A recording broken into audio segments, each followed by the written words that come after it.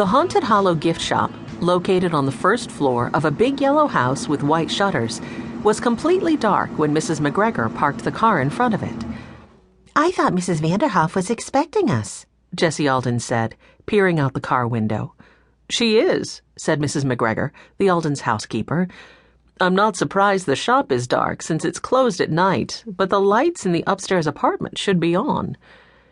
10-year-old Violet Alden rolled down the car window and leaned out.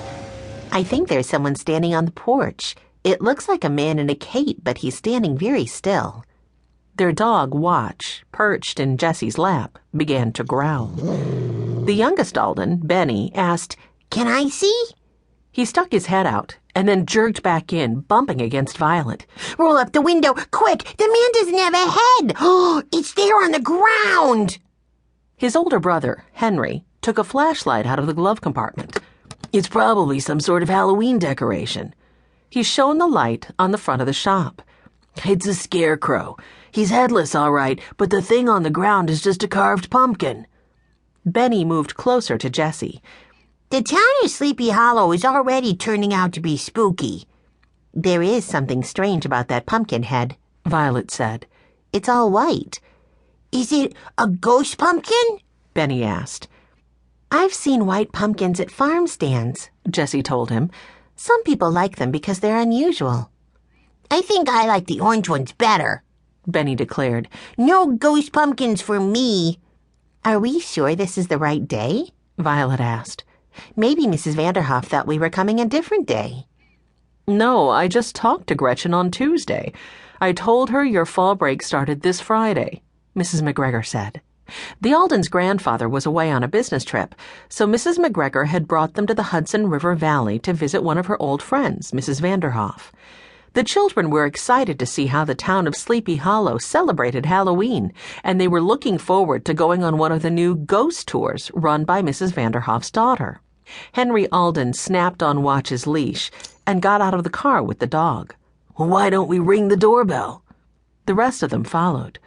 "The apartment door is on the side of the building," Mrs. McGregor said. Before they could ring the bell, a figure carrying a lantern came out of the shadows between the buildings. Violet, who was in front, let out a little squeak of surprise and took a step back. "Oh, don't be frightened," a woman's voice called. As she came forward, the lantern light showed a woman about Mrs. McGregor's age. "Gretchen!" Mrs. McGregor exclaimed. "We were worried when we didn't see any lights. Children, this is my dear friend, Mrs. Vanderhoff." Mrs. Vanderhoff said, "I'm delighted to meet you. Now, let me guess who's who. I've heard so much about you." "Guess me first, please." Benny raised his hand. Well, I know Henry is 14 years old. Are you Henry?" She smiled when she said this to Benny, and the older children knew she was teasing. "No." Benny laughed. "I'm only 6. "Then you must be Benny, and the taller boy must be Henry." "You're right," Benny said. "Can you guess the girls?" Mrs. Vanderhoff smiled again.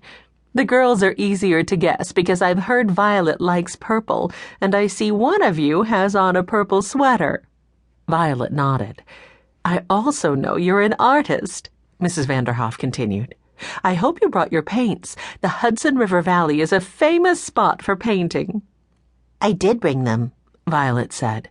"I'd like to try to paint some of the trees with their fall colors." Mrs. Vanderhoff turned to Violet's sister. "So you must be Jessie," she said, shaking Jessie's hand. "And I'd recognize Watch anywhere." She patted the dog, and the terrier wagged his tail. "I'm sorry it's so dark, but the power is out," she explained.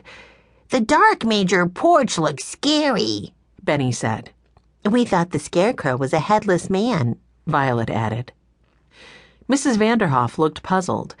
"The scarecrow isn't supposed to be scary. My daughter Anika carved a happy face on the pumpkin head." "Well, the pumpkin head is on the ground," Jessie said.